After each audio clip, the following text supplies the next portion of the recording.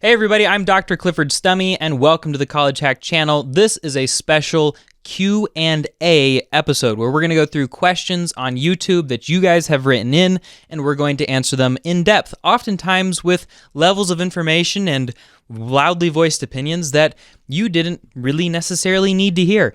The idea behind this kind of a video is that it's like a call-in advice radio show where you can just put it on and listen to it, and there will definitely be something for everybody who's looking to go back to college in this episode, because this episode, like this channel, is about helping people like you who are stuck in their career perhaps, who need a bachelor's degree to move on for whatever idiotic reason, despite the fact that probably the job you need doesn't really need most of the things you would learn in a bachelor's degree.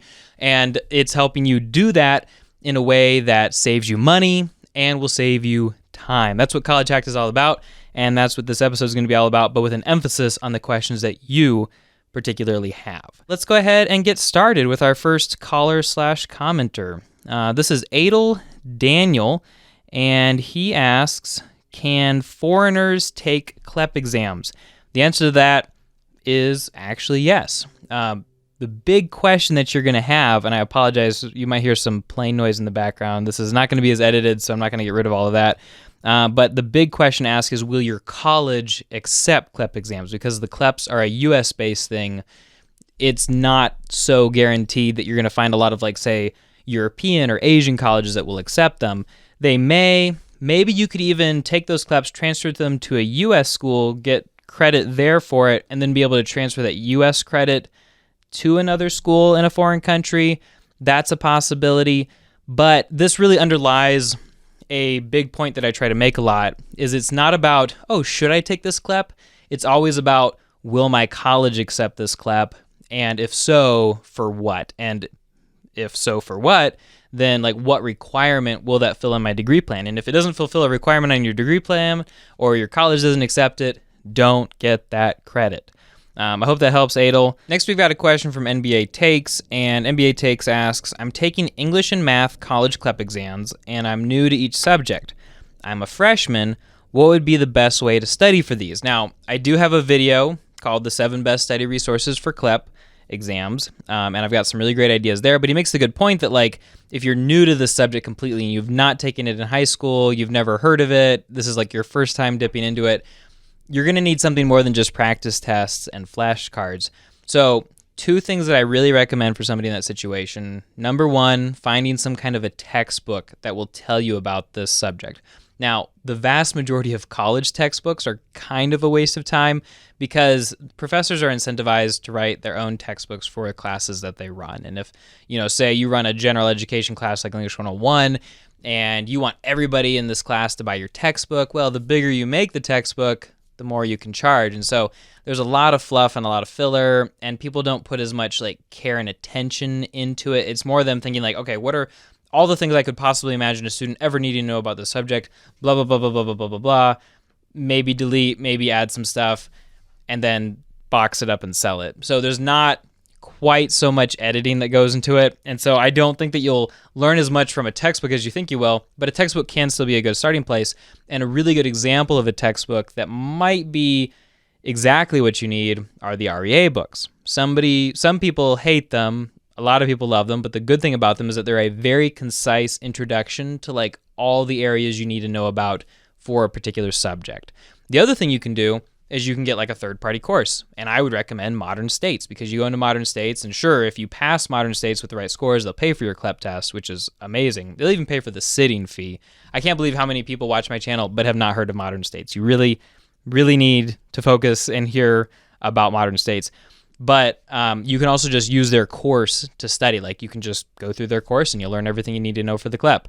I was talking to the director at Modern States a few months ago, and I asked him, like, what all is Modern States doing with this? This is really, really cool, and there's a really great opportunity for them to make a big difference in the world. And they said that they had put about 800, 700, something like that, inner city Brooklyn kids into a Modern States course, and they went through and passed it, and 90% of the students who passed the Modern States course passed the CLEP exam as well and went on to get college credit, which is insane. Like, that is a really big difference they're making in the lives of those kids, and it's costing those kids nothing. And Modern States just went and spent like $81,000 to pay for all those CLEP exams. Probably more, probably closer to like $100,000 to pay for all those CLEP exams. Not to mention the cost of developing the courses. So NBA takes, long answer short, I would recommend REA and Modern States. Next one we've got is Chicken Nuggets. I love YouTube usernames. He says, my college at Del Mar says they offer all 33 CLEP tests, but Del Mar only rewards credit to 14 of these CLEP tests. And that's something you will notice. You'll have like a college testing center that will, yes, you can take all the CLEP tests, but not all those CLEP tests will the college itself accept. I'm just confused as to why they would offer all these tests, but only reward credit to a select few. That's like a complicated internal process where college deans and professors will say, well, I like this CLEP test and I don't like this one. And the business department wants to accept CLEP tests, but the English department doesn't. And there's a lot of stuff internally. Professors will look over the test maybe and say, I don't really like the kind of questions they're asking in this test. I don't think it does the job. And other people will say, well, we really want students to take a writing course. We don't want them to test out of it. We think our writing courses are something special. And in that case, they might not accept, like an English comp CLEP. He says, I'm already registered with Del Mar. What can I do if my college does not reward credit to the CLEPs I want to take? And there aren't a ton of good answers to that. Number one, even if they don't accept the CLEP into a specific course credit requirement, maybe they accept it into you like as a free elective. So if that's the case, fill up your free electives with CLEPs. Your other option would be, honestly, to start looking at other colleges, or you could go ahead and take the CLEP, and then you could submit a substitution request, or ask for like an exception request, and see if you can convince them that in your specific case, this CLEP exam is a great idea. And that is always a possibility. So people don't recognize that this is the truth, but it is. Having worked in higher ed administration and having been the guy who like accepted people into college or not as a department chair, accepting them into the degree program or not, having graded people, there's always an exception. And if you're nice and ask well and back up your reasons logically, there's a lot more of a chance that you will get that exception applied to you. Nathanator, very helpful video. I'm in my last semester of high school. I was wondering how much credit I could possibly acquire before graduation. And people are always asking questions like this, and they say, how much CLEP could I earn in a year? How fast could I get my bachelor's degree done? And really, it's very possible to get it done in a year. I don't really think your quality of life is going to be all that much to write home about. So I always encourage people to aim for like a year and a half or more, unless you're on some kind of a deadline or you have tons of free time or you're single and have no kids.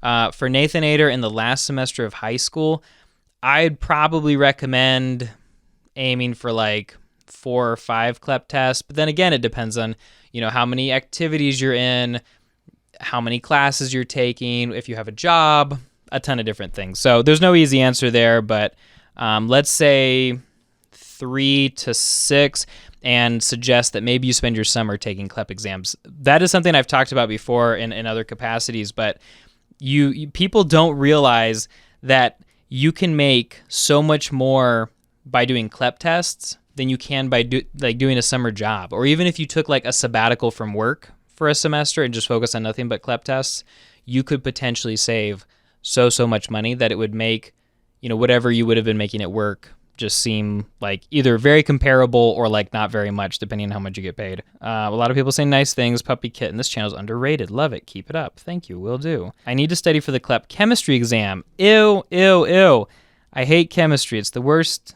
subject out there. But I'm confused on which resources I should use to do that. What do you think the best resource to use that will help me pass the CLEP chemistry? And in this case, if you know nothing about chemistry, I would go with Modern States. If you know something about it, then I would do flashcards like SpeedyPrep or like InstantCert.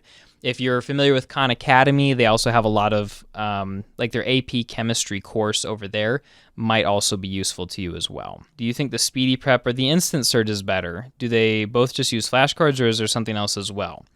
This is a really good question, because for a while, SpeedyPrep and InstantCert kind of ruled the kingdom when it came to a lot of CLEP study resources. Their flashcards are both awesome.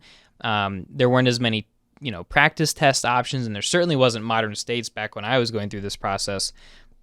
Typically, the the way to differentiate between them is I think SpeedyPrep costs more, but it's a cleaner, easier to use interface. InstantCert costs $20 a month, and SpeedyPrep costs $30 a month. Yeah, so SpeedyPrep is pricier, which is funny because InstantCert also has access to the degree forum message boards, like the deep parts of it where people give more specific feedback on studying for certain CLEP exams. So overall, like InstantCert is better for the money, partially also because they have more tests available, but SpeedyPrep is so much more modern feeling and a lot cleaner. And if you're like if you're buying like a year's subscription, SpeedyPrep, the money starts being about the same anyway. So I would probably recommend InstantCert, but it also, you got to make sure that the course you want to study for, the CLEP you want to study for, is actually there. We've got a lot of people saying very nice things, which I always appreciate. Maria saying thank you for this. And Zoe, please do one for MBA programs. So I've had several people recently ask me for like stuff about the graduate level, like are there CLEP exams for the graduate level? And the unfortunate answer with this is that first, I don't really focus on graduate school. Like I focus on helping people get into graduate school because that's one of the big goals, one of the big reasons you would get a bachelor's degree. But there's not as much hackability in graduate programs, partially because they're shorter and partially because they're just a little bit more intense, and it's supposed to be showcasing a level of mastery. And if you already have that level of mastery, well, it's supposed to be a level of mastery that you wouldn't really get outside the classroom. Like they really do have something good to offer. I wouldn't trade my master's in English for anything. And so there are some schools that will let you test out of like a quarter of a master's program. And, you know, LUO is one of those. Most of the big online colleges that offer master's degrees are, and you might even find some options residentially, but they might say like, you know, if you know the answers to these questions, or if you can write an essay about this topic, we'll give you credit for this. Like when I was doing my PhD in higher education administration from LUO, because I already was a higher education administrator and I taught research, I was able to get some credit for, you know, they were basically acknowledged like, okay, actually you know enough about research that you don't need to take this course, and you know enough about higher education administration in this specific area, like curriculum design, that you don't need to take this course. So I was able to save some time, and that's something you can definitely look up with a lot of programs. It's usually going to be called portfolio credit or prior learning assessments or something like that, and you can look into that with the schools you're interested in. But that's about all that I really have to say about graduate programs and above. So I really like this comment from Martin Waring because I think it's very encouraging. He says, I found Sophia to be much faster and easier. He was talking about the video where I compared CLEP and Sophia. He says, I completed Sophia courses within 3 days. And, you know, I think it always makes any educator a little bit nervous when they hear people say like, oh yeah, I finished a 16-week course as equivalent in 3 days. And a college professor's alarms are going to go off. And back when I was the chair of the interdisciplinary studies program at Liberty University, I remember having conversations with the math faculty because they all knew that I liked Sophia and I liked CLEP and all this other stuff. And so one time, you know, the kind of salty math chair was saying like, yeah, I talked to a student. They said they're using Sophia, and I don't know why the school lets everybody use Sophia because, like, he said he finished a philosophy course over the weekend, or he finished a math course in one evening, something like that, right? Crazy stuff. And the thing he never stopped to ask himself was, maybe the student already knew something about those subjects and didn't need to take a college course in it because maybe he was really well prepared from high school, you know?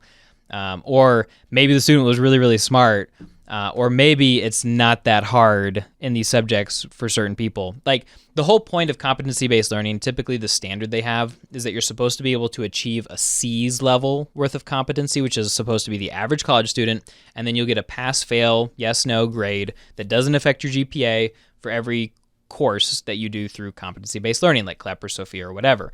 So, yeah, you watch the people who blow off classes. As a professor, I do this. I watch the people who blow off classes and still end the semester with a C, and you're like, was I not grading you hard enough? Like, what was going on?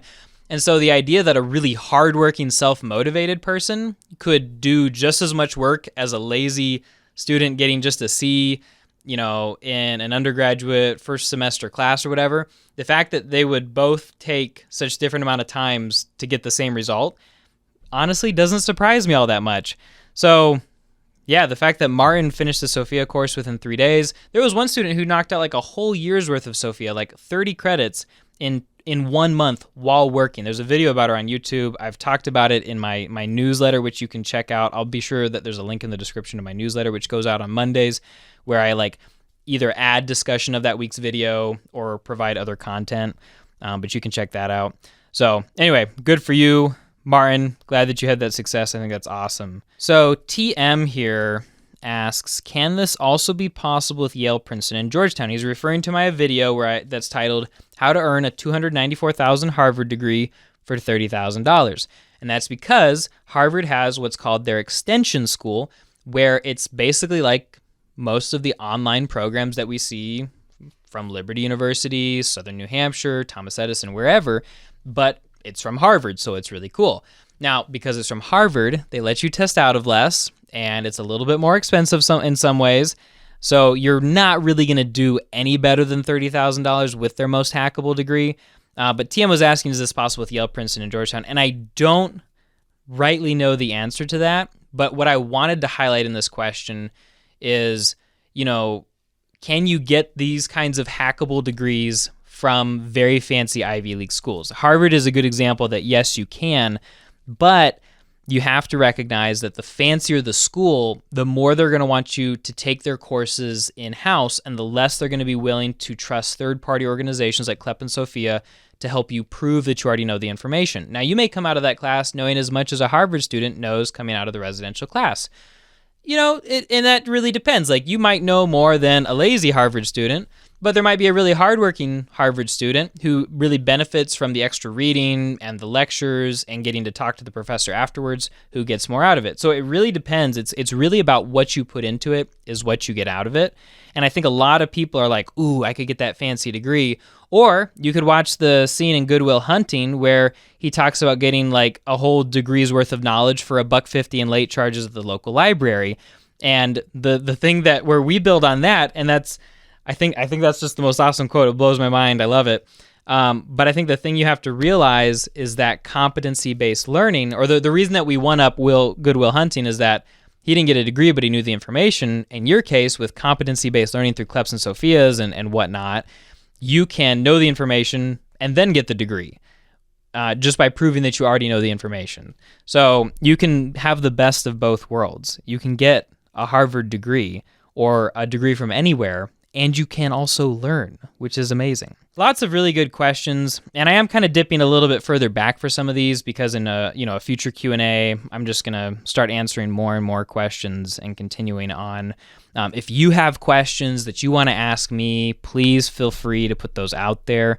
And like always, if you want to pick a college and a major, or if you want to put together a class-by-class degree program at a school with a major you've already picked, there's a link in the description where I do consultations with folks, and it's really, really amazing. I love doing consultations. So it's one of the most fulfilling things I do in my whole week, because somebody will send in the survey that I make them fill out when they set up a consultation with me, and they'll say, hey, I'm interested in these schools and these majors. And if I don't get your help, I'm looking at probably about $50,000 to graduate, and it's going to take me like 4 or 5 years. And invariably, I'm always able to give them better news than they were expecting. And I tell people the average for what I can save them in a 45-minute session is 2 years and $10,000.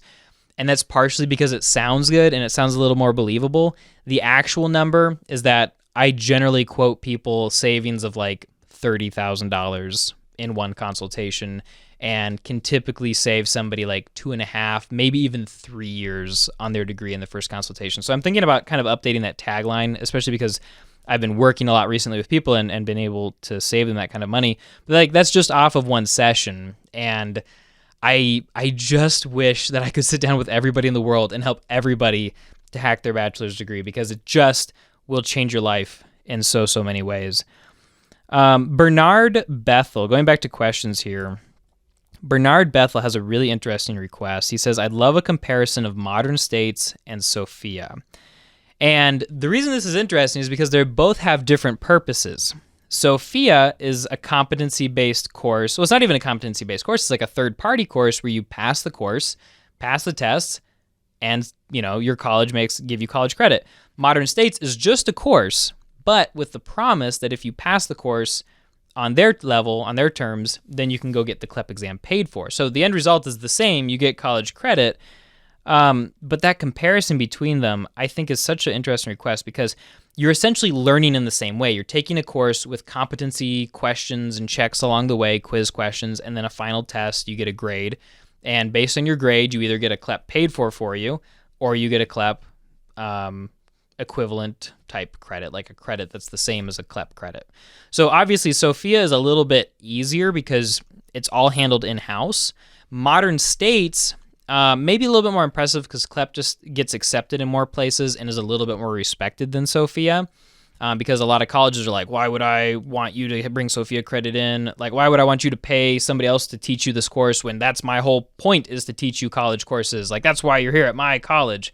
So they tend to like CLEP exams better because it seems different to them, even though it has the same result of replacing courses. And you might even learn more with Sophia because it's harder to cram for those. Like, you actually have to go through the content.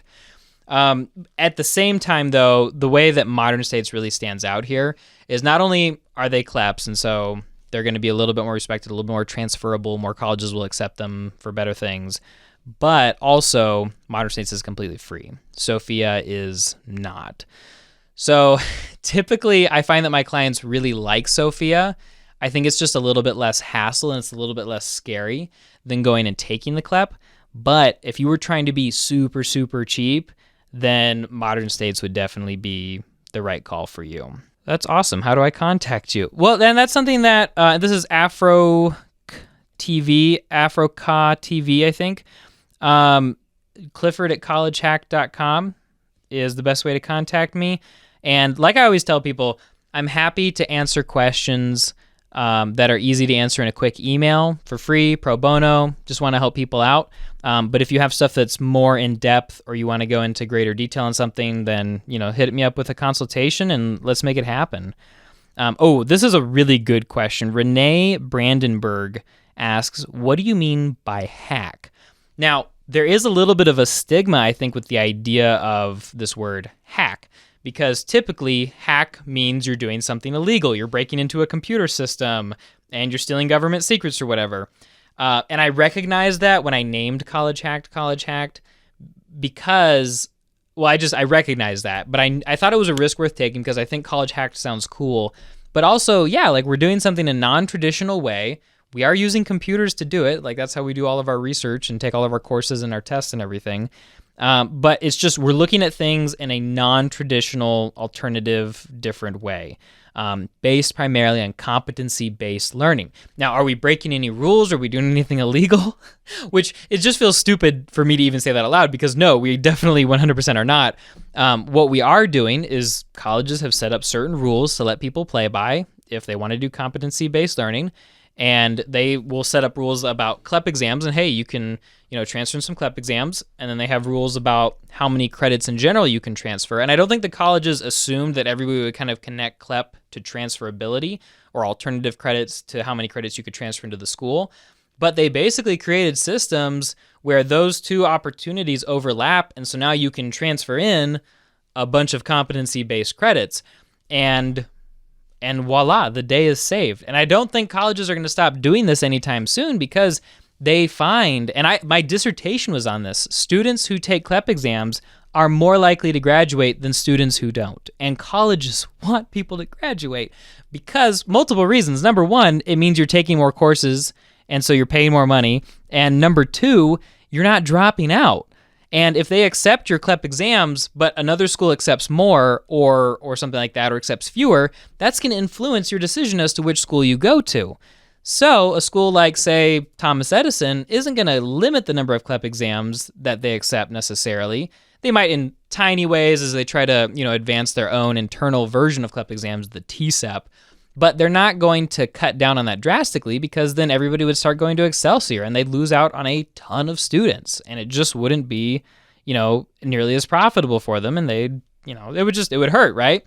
So the word hack has some negative connotations, but I use it because it sounds cool and because it's kind of the feeling I get when I'm putting together a degree plan where when a client hires me and I have to go put together a degree program for the Oklahoma State University, it's like I feel if I'm lucky enough to have multiple screens with me, it's like I'm pulling information from here and putting it over here, bringing this into the document, putting this into the file, and I feel like I'm hacking into a system, even though it's all not actually hacking, and like putting together this plan. I feel like I'm building code, and it's the code that will literally change some people's lives and make their lives so much better. So yeah, that's why it's called hack. Hopefully that doesn't have too many negative connotations for you or make you feel like it cheapens the idea. But it's really just about doing things in a non-traditional way. And that is all that I have for today. Those are all the questions. I'm going to continue going through questions in future Q&A episodes. If you have specific questions you want me to answer, not only do I already answer all questions people leave in the comments, so feel free to comment and I will respond, I promise. But you might even show up in the next Q&A video. I hope that this has been enjoyable. If you did find it enjoyable, please say something. I'd love to know that this actually resonates with people so I know to do more or to not do any more of these. And thank you guys so much for watching. Like I said, if you want to sign up for the newsletter where I give tips on graduating college quickly and inexpensively so you can continue to build the career that you love, there's a description link for that. And if you want to set up a consultation with me where I have two types of consultations. One where we help you pick where I research a bunch, colleges and majors that are options for you and help you pick the right one. That's usually a really, really awesome first glimpse for people. It kind of opens their eyes into like what is possible when they could graduate by. And then I have a second type of consultation, which is usually the second consultation people get, which is where we do a class-by-class degree plan. And we say, okay, you need to take this course and this CLEP and this Sophia, and then apply here and do this and enroll there and lay it out pristinely for folks. Needless to say, these save people tons of time and money, and I would like to help you do the same. Thank you so much for listening and or watching, and I wish you all the best. Happy hacking.